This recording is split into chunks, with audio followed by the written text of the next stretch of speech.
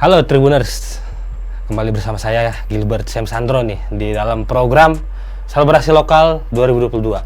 Hari ini kita akan membahas babak 16 besar Piala Dunia Qatar 2022 dari juara grup H yang akan bersua dengan runner up grup G, yaitu Portugal dan Swiss. Saya untuk mengulas pertandingan Portugal dan Swiss hari ini ditemani oleh Bung Majid. Selamat siang, Bung Majid. Selamat siang, Mas Gilbert. Ya Tribuners, kita mencoba mengulas pertandingan prediksi pertandingan dari Portugal dan Swiss pada hari ini. Seperti apa jalannya pertandingan akan nanti kita saksikan. Bung Majid, melihat pertandingan babak 16 besar Portugal dan Swiss ini, kita lihat Portugal bisa melaju ke 16 besar setelah 2 kali kemenangan melawan Korea Selatan dan juga Uruguay. Serta dua pertandingan melawan Ghana dan juga Uruguay. Walaupun kalah ya, lawan Korsel terakhir. Korsel kalah terakhir 2-1. Dan untuk Swiss sendiri melaju kemarin terakhir setelah mengalahkan Serbia dengan dramatis ya. 3-2. Awal-awal cepat golnya tapi ternyata Swiss bisa keluar sebagai penang.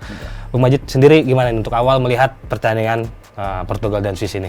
Ya, kalau saya mau menguliti dari mungkin orang menganggap tim lemahnya di pertandingan Portugal dan Swiss ini lebih ke Swiss ya. Swiss. Tapi kita juga tidak harus melihat sisi yang lebih besar lagi soal Swiss. Bagaimana Swiss juga sebagai runner up dari grup G ya. Ini berjuang juga, pertama dia memang menang dari Kamerun 1-0, kemudian memang takluk dari Brazil 1-0, dan kemudian di pertandingan pamungkas melawan Serbia 3-2, dan itu merupakan pertandingan yang benar-benar buat mereka akhirnya bisa lolos ya. Dan poinnya sama dengan Brazil 6 poin, tapi kalah produktivitas gol. Betul. Dan kaitannya dengan menghadapi Portugal yang merupakan keluar sebagai juara grup ya. Dan menurut saya ini juga Swiss kalau merupakan tim kejutan juga ya untuk bisa masuk ke fase babak 16 besar. Karena kita tahu di situ juga ada beberapa pemain kuncinya ya. Ada Shaqiri, terus ada Embolo, kemudian ada Granit Xhaka yang kita tahu 3 pemain ini merupakan pemain kunci dari pemain Swiss sendiri. Nah, untuk menghadapi Portugal, saya pikir nanti dari average atau rata-rata bagaimana Swiss bermain, memang dia mengenai penguasaan bola memang selalu kalah ya. Dia tidak bermainnya lebih efektif. Dia memang tidak penguasaan bolanya sejago Brazil. Kemudian kala waktu Kamerun juga memang dia agak setengah juga. Tetap dia lebih tipikal bermain yang sabar. Nah, tapi kalau misalnya nanti ketika menghadapi Portugal yang memang kita lihat di laga terakhir juga tetap kebobolan juga ya. Waktu lawan Korea Selatan kita lihat berarti Portugal juga tidak sangar-sangar banget lah ya. Ada sesuatu kekosongan walaupun counter attack dari Korsel akhirnya bisa menang 2-1-nya. Dan mungkin yang kesempatan-kesempatan di babak gugur ini atau di babak 16 besar ini akan dimanfaatkan oleh beberapa tim yang tidak diunggulkan, salah satunya Swiss ini, untuk bisa menghadapi tim besar Ronaldo CS ini. Iya, Bung Majid. Kalau saya sendiri melihat dari Portugal ini melaju ke babak 16 besar bertemu dengan Swiss merupakan peluang yang baik ya, karena memang kita tahu Portugal di fase grup bisa mengatasi Uruguay dan juga Korea Selatan. Uruguay dan juga Ghana, yang dimana selama babak penyisihan grup Ghana tampil superior. Uruguay meskipun di babak pertandingan terakhir mereka menang, tapi juga kalah produktivitas gol. Kalau melihat perjalanan mereka menuju 16 besar dibanding dengan Swiss menuju 16 besar, sepertinya lebih memiliki daya juang dari Portugal sendiri. Karena Portugal sendiri kita tahu waktu itu untuk masuk ke Piala Dunia aja harus melalui babak playoff. Betul. Berat sekali buat mereka. Betul. Mungkin ada faktor sang mega bintang, kita tahu Cristiano Ronaldo. Mungkin ada faktor seperti juga di Argentina ada Messi ya. Ada faktor dari tim sendiri karena Ronaldo sendiri sekarang udah 37 tahun usianya. Betul. Sepertinya kalau untuk Piala Dunia 41 tahun, di usia 41 tahun agak kecil kemungkinan ya Ronaldo akan tampil. Jadi sepertinya ini pertandingan Piala Dunia terakhir, dan pemain-pemain Portugal, teman-teman Ronaldo di Portugal ini pastinya akan memberikan yang terbaik bagi sang mega bintang mereka dan juga kapten mereka. Makanya daya juang mereka untuk masuk di babak di Piala Dunia Qatar 2022 ini cukup tinggi. Di babak penyisihan road to Qatar, Portugal itu melalui babak playoff setelah menang melawan 3-1 melawan Turki dan juga menang 2-0 melawan Makedonia Utara. Makedonia sempat deg-degan tuh karena waktu itu Italia. Antara Makedonia atau Italia, akhirnya Makedonia dan Portugal yang bisa mendapatkan satu tempat di Piala Dunia Qatar 2022. Dan pasti melihat melawan Swiss sama-sama meraih 2 kemenangan dan 1 kalah, akan jadi motivasi sendiri buat para pemain Portugal dipimpin Ronaldo. Meskipun di babak pemain terakhir mereka sempat mengendor ya permainannya ya, karena mungkin udah pasti menempatkan satu posisi di 16 besar, jadi mereka lebih turun semangat ataupun daya juang dari permainan. Untuk Portugal dan Swiss sendiri, Bung Majid, hari ini kita coba bahas dari sisi pemain. Dari kedalaman skuad tentunya Portugal lebih memiliki kedalaman skuad yang lebih baik dibanding Swiss, di mana mereka cukup solid ya. Ada juga nama besar seperti di lini pertahanan ada Ruben Dias, di lini tengah ada Bruno Fernandes, dan di depannya ada Ronaldo. Tapi hal ini tidak bisa dipungkiri melihat Swiss yang ada Shaqiri dan juga Granit Xhaka yang cukup berpengalaman. Apalagi Xhaka saat ini sedang naik daun di Arsenal di peringkat 1 Liga Inggris. Pasti dia punya motivasi sendiri, karena di Portugal ada juga musuh-musuh dia di Liga Inggris, seperti melihat Ronaldo di MU, terus melihat Ruben Dias di City, melihat Joao Cancelo di City, pasti Granit Xhaka tahu pola permainannya seperti apa. Terlebih Arsenal sendiri sudah berhadapan dengan MU sebelumnya ya, jadi lebih memiliki jam terbang yang lebih baik Xhaka dibanding teman-teman yang lain di Swiss. Tapi menurut Bung Majid seperti apa dari kedalaman skuad antar pemain dari Portugal dan juga Swiss ini sendiri? Setuju dengan Mas Gilbert. Kalau kita ngomong soal kedalaman skuad, memang Portugal mempunyai banyak pemain berkualitas lah, banyak yang bermain di liga-liga Eropa.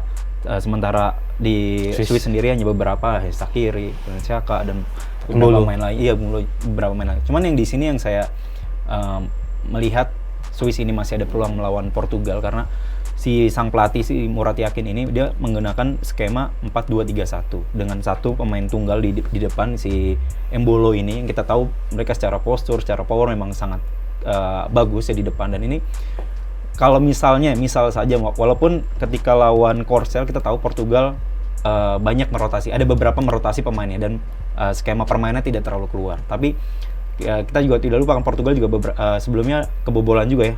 Ada kebobolan. Ghana 2 gol. Iya, Ghana malah 2 gol. Itu kan malah menjadi PR ya bagi pertahanan Portugal. Apalagi kiper lagi diuji coba nih, Fernando Santos.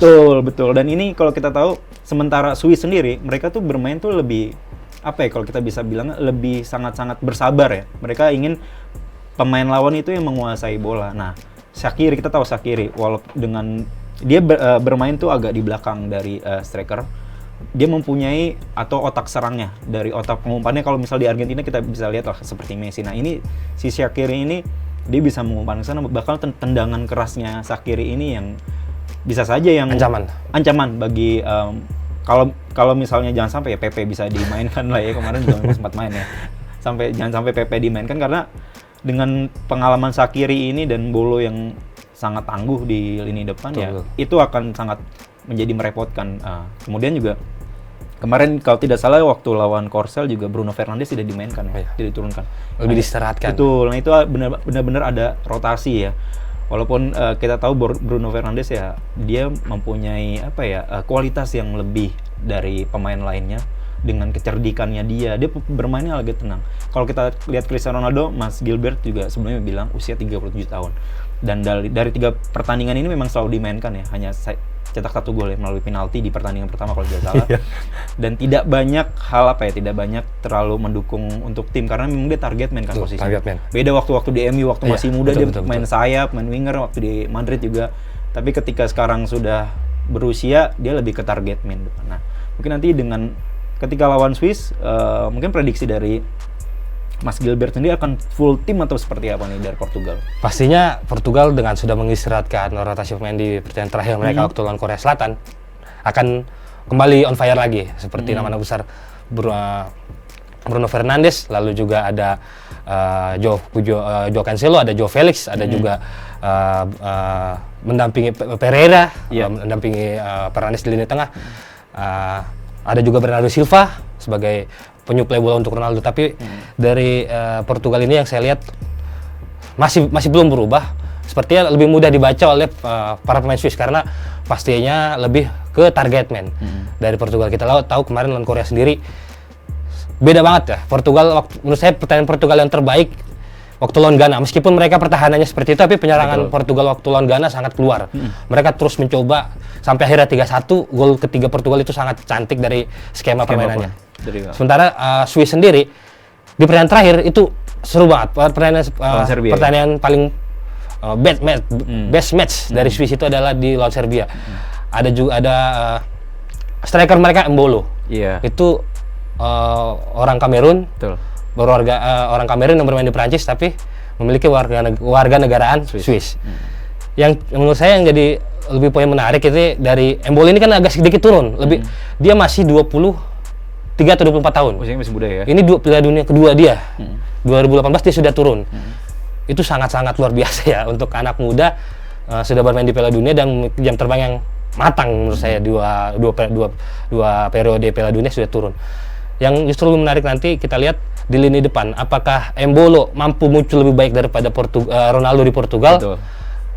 Atau Portugal Ronaldo masih tetap menunjukkan kualitasnya di atas kertas dengan para pemain Swiss. Karena kita lihat untuk mengalirkan bola sendiri Swiss tidak bisa dianggap remeh. Selain ada Xherdan Shaqiri, ada Granit Xhaka, ada juga Ruben Vargas yang kemarin sangat cantik bermainnya ya, mengalirkan bola serangan-serangan dari Swiss untuk ke depan. Kemarin Swiss sendiri punya kiper Jan Sommer, itu kiper turnamen ya, seperti kiper Meksiko, kiper turnamen yang tampil sangat baik ketika ada event-event Piala Dunia ataupun Piala Eropa sendiri. Dan waktu melawan Serbia kemarin ada Freuler itu perlu diwaspadai oleh barisan pertahanan Portugal sendiri, karena gol-gol kemarin itu balas serangan itu cukup bagus peluang-peluang dari Swiss memanfaatkan kelalaian dari Serbia. Meskipun kita tahu kualitas pemain Serbia ya tidak sebanding dengan Portugal, tapi hal ini perlu diwaspadai oleh Ruben Dias, Joao Cancelo dan kawan-kawan agar tidak terlalu meninggalkan pos mereka saat melakukan penyerangan, karena Swiss melihat dari penguasaan bola sepertinya Portugal akan lebih menguasai jalan pertandingan. Saya setuju. Portugal akan sangat tapi menguasai. Tidak, pos-pos para pemain bertahan tidak boleh ditinggalkan begitu saja supaya bisa tetap bertahan dengan rapi agar tidak kecolongan dari para pemain Swiss sendiri. Tapi Mas Gilbert, kalau ngomongin soal Ronaldo nih, kan kita tahu beberapa pertandingan kalau tidak salah di menit 70 atau menit 80 dia diganti.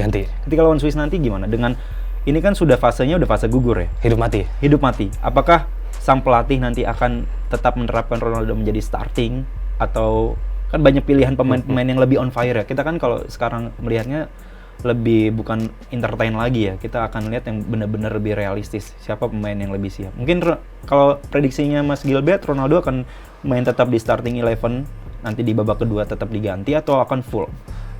Kalau melihat kualitas Ronaldo sendiri, diturunkan Ronaldo ke lapangan bukan hanya sebagai target man, tapi jiwa kepemimpinan Ronaldo. Kita bisa lihat Ronaldo ketika pemain lawan lakukan oper-oper passing, Ronaldo sendiri yang melakukan ngepres. Ketika teman-temannya tidak mendukung, dia akan marah. Dan jiwa-jiwa kepemimpinan Ronaldo di lapangan itu yang dibutuhkan Fernando Santos untuk Portugal, tidak hanya sebagai target man. Meskipun untuk kualitas targetnya seperti Ronaldo agak menurun. Betul. Kalau secara tenaga emang agak menurun ya. Karena usia mungkin ya. Tapi sokongan-sokongan dari Joao Felix, Bernardo Silva, Bruno Fernandes, sepertinya ada Jota. Betul.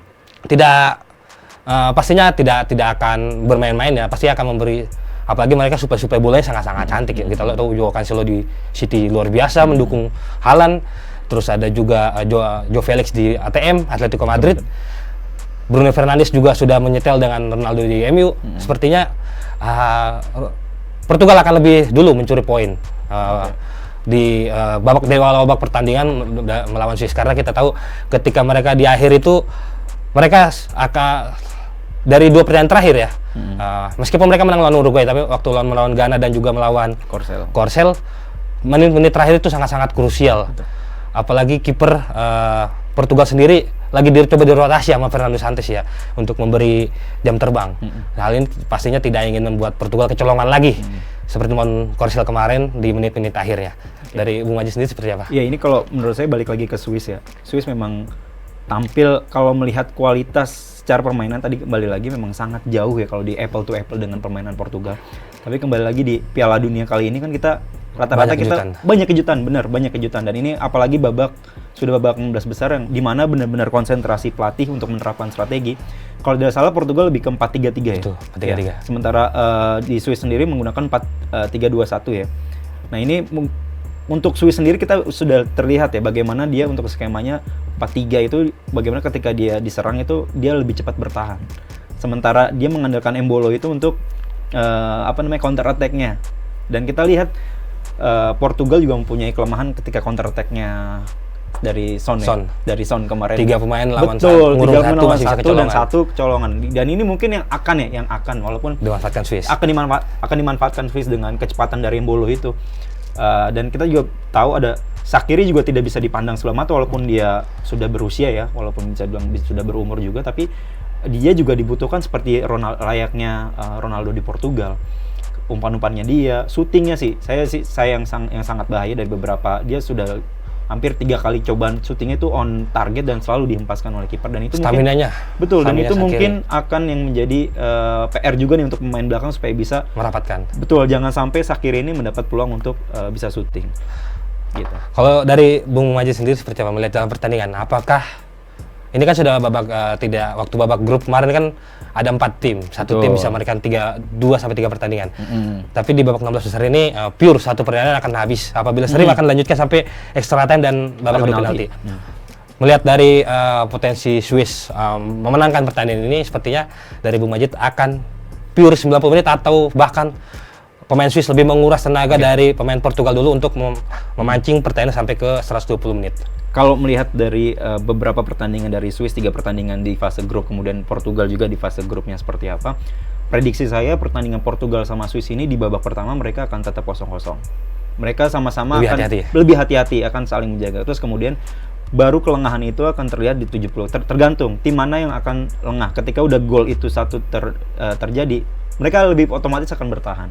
Misalnya Portugal udah unggul nih di menit 70 ke atas, dia pasti akan otomatis akan bertahan, karena kalau untuk menyerang Swiss sendiri dia yang akan mengubah formasi yang dari tadinya memang bertahan, ketika emang kalah dia tidak akan mungkin untuk tetap pakai formasi seperti itu. Dan kalau kemungkinan saya untuk pertandingan ini memang lebih Portugal mempunyai kans lebih besar ya untuk bisa memenangkan di 90 menit. Tapi balik lagi ketika 70 menit ini mereka sama-sama masih imbang lah ya kemungkinan akan bisa melaju ke extra time. Dan di situ di babak extra time kita tahu ya konsentrasi fisik pemain itu kan sangat diperlukan selain skill ya, karena misalnya kalau udah stamina turun, konsentrasi turun, itu malah gampang kebobolan. Jadi saya pikir untuk pertandingan ini secara realistis aturan Portugal di atas kertas dengan kualitas yang ada, dan juga Bruno Fernandes juga ada beberapa pemain yang disimpan untuk melawan Swiss ya. Saya pikir Portugal punya kans ya, kalaupun dia lebih bagus ya untuk mencetak gol di bawah atau di babak pertama, itu sangat membuat dirinya lebih percaya diri. Kalau Bung Majid sendiri melihat berapa kemungkinan pertandingan akan berjalan 90 menit?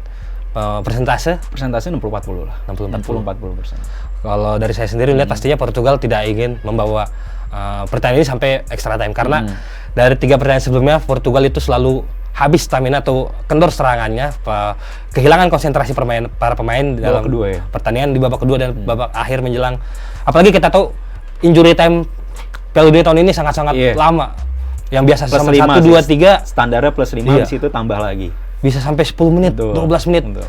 Itu harus dijaga, karena pasti para pemain Swiss akan mengulur waktu. Menurut saya akan mengulur waktu, karena mereka lebih memanfaatkan lini serang mereka untuk serangan balik. Betul. Ketika mereka akan habis di awal, pasti di babak akhir pertandingan mereka akan mengendorkan serangan. Tapi kalau mereka bisa saling lebih berhati-hati di babak pertama, dan baru tadi seperti Bung Majid berkata menit 70 baru akan seru, kita bilang seru ya, baru akan keluar, itu bahkan berbahaya untuk Ruben Dias, Joao Cancelo dan teman-temannya di lini pertahanan Portugal, karena mereka lawan Ghana itu gol ketiganya bahkan hampir blunder kiper dari Portugal waktu itu, melempar bola tapi di belakang. Untung ada Pereira yang konsentrasi kan, butuh konsentrasi. Kehilangan konsentrasi.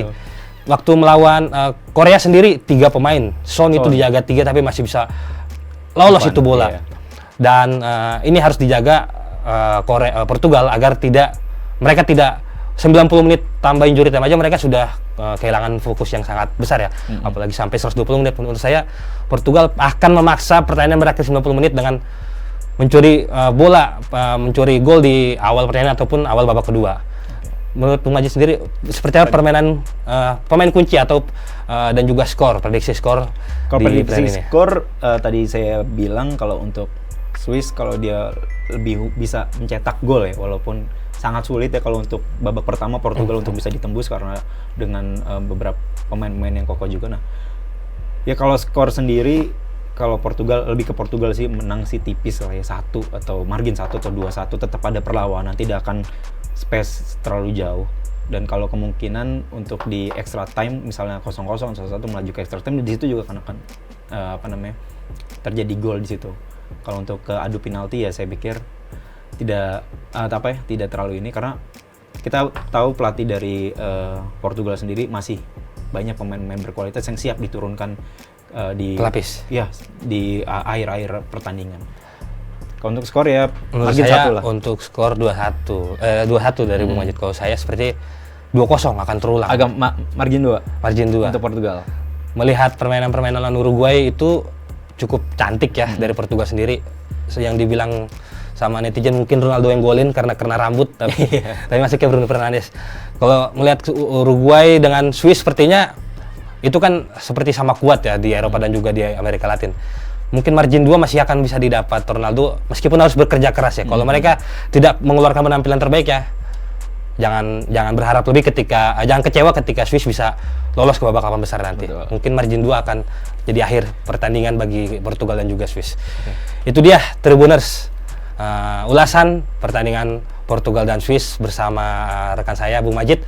Nantikan ulasan selanjutnya pertandingan babak 16 besar, 8 besar sampai ke pertandingan puncak Piala Dunia Qatar 2022 hanya di Selebrasi Lokal 2022. Bagi netizen yang mungkin punya pemikiran lain atau prediksi lain, silakan menuliskan di kolom komentar. Selamat siang dan terima kasih. Jangan lupa subscribe ya.